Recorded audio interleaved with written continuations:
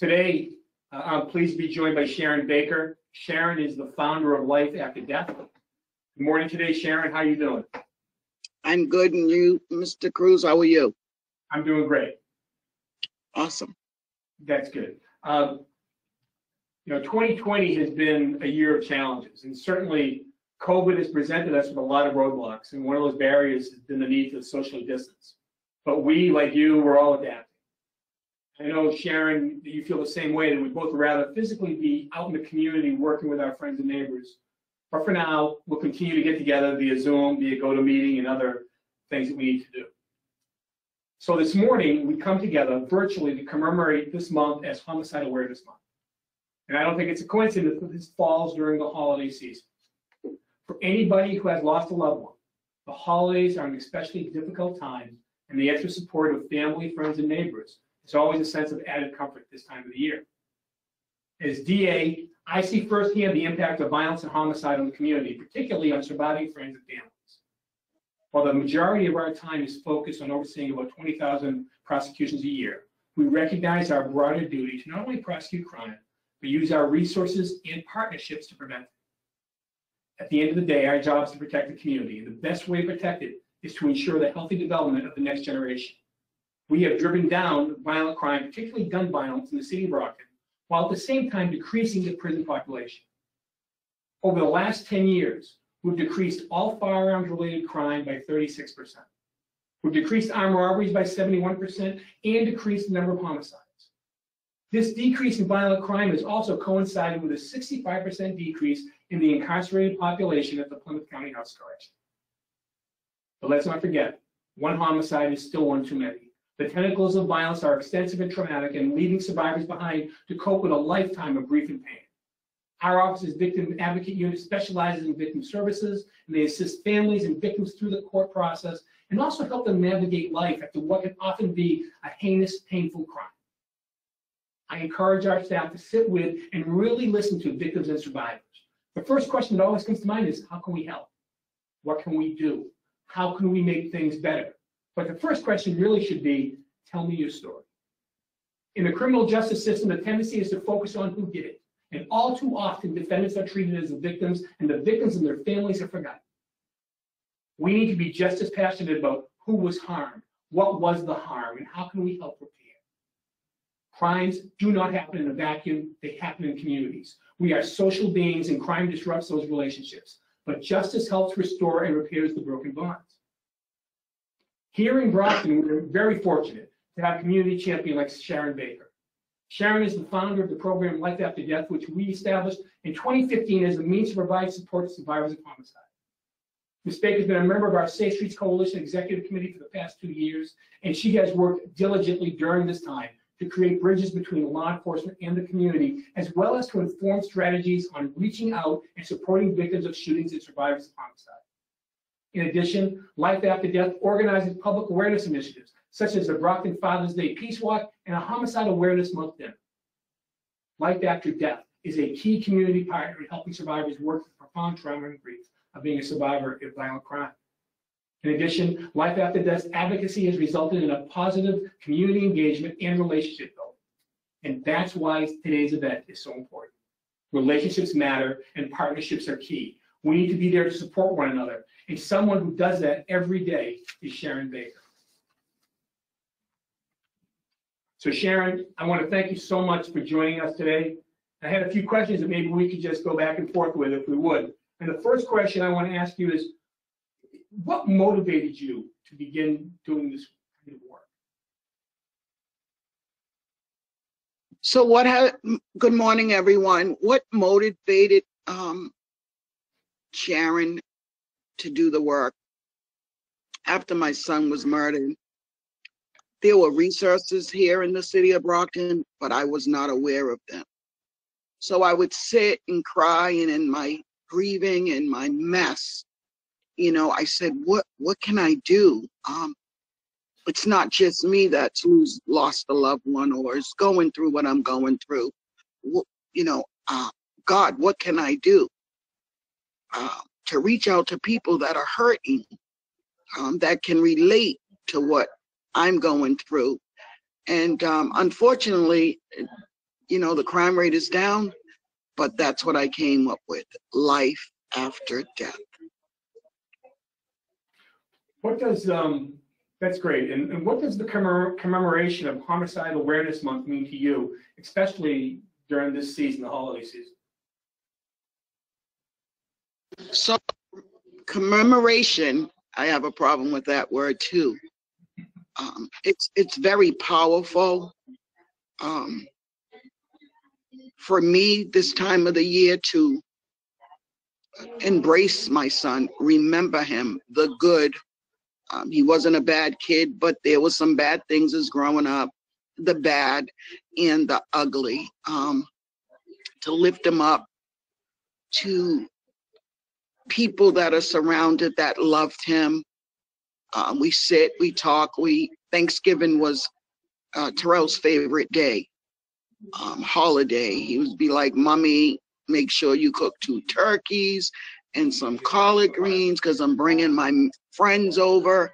So commemoration, it's a big word, but on a daily basis, he's remembered.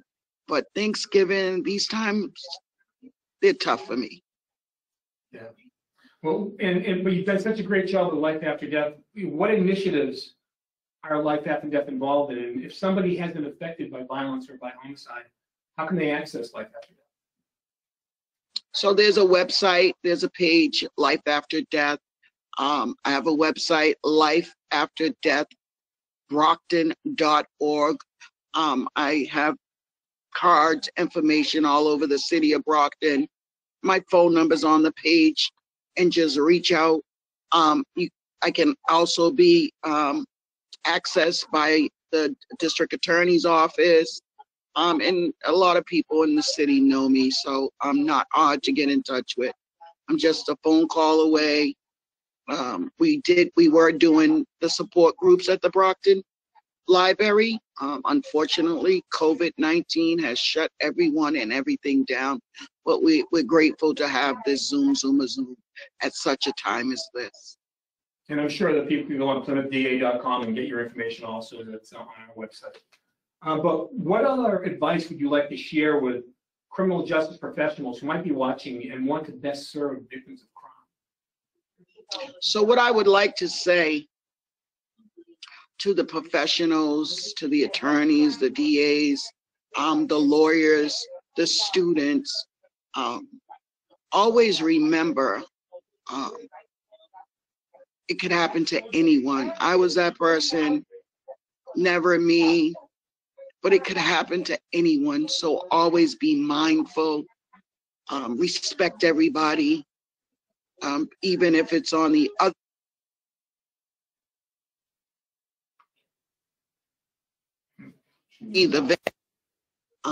Always do your job to the fullest, and just be honest and stay up front with one another.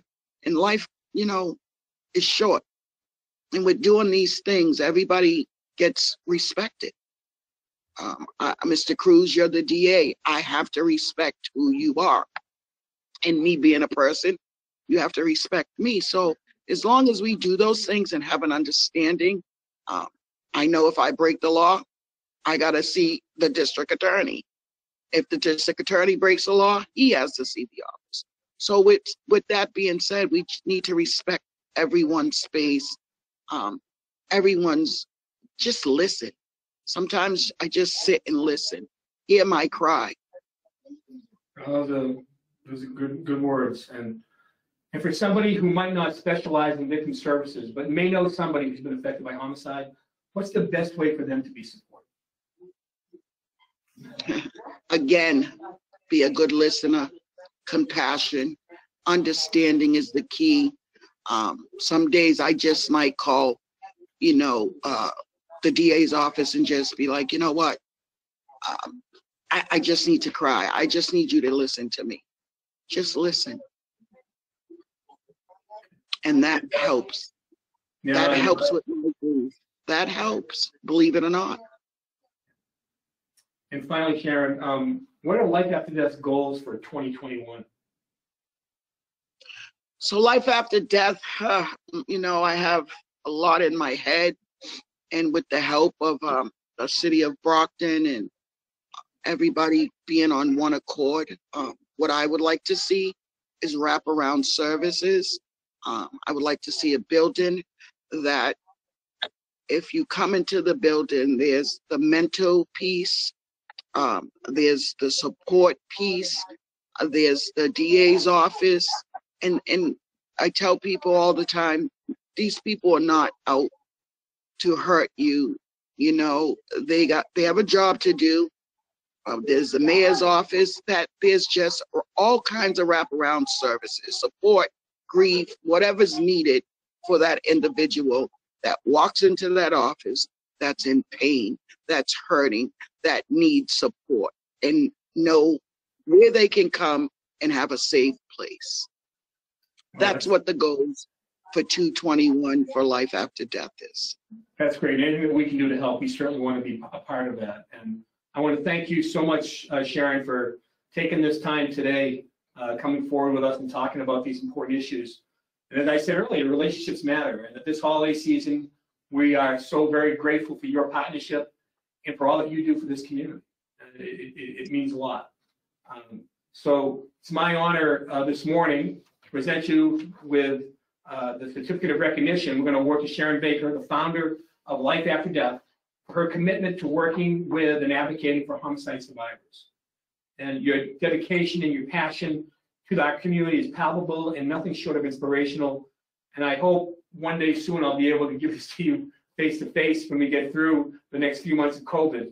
But I just want to thank you publicly once again for everything that you have done and for the groundwork that you have laid and the differences in the lives that you're making here in our community right now to make this a better place. Thank you so much for what you do, and thank you, and I hope you all and your family have a happy holidays this year. Thank you, thank you, thank you. I just want to publicly say thank you because there's a big change. There's been a shift in the atmosphere. Our gun violence is down. But I did hear you say one homicide shouldn't happen. But the numbers are down, and that you guys are making a statement. So keep doing what you're doing. And I look forward to continue working with you. Peace and blessings. Enjoy your holidays as well. Thank you, thank you, thank you. Thank you.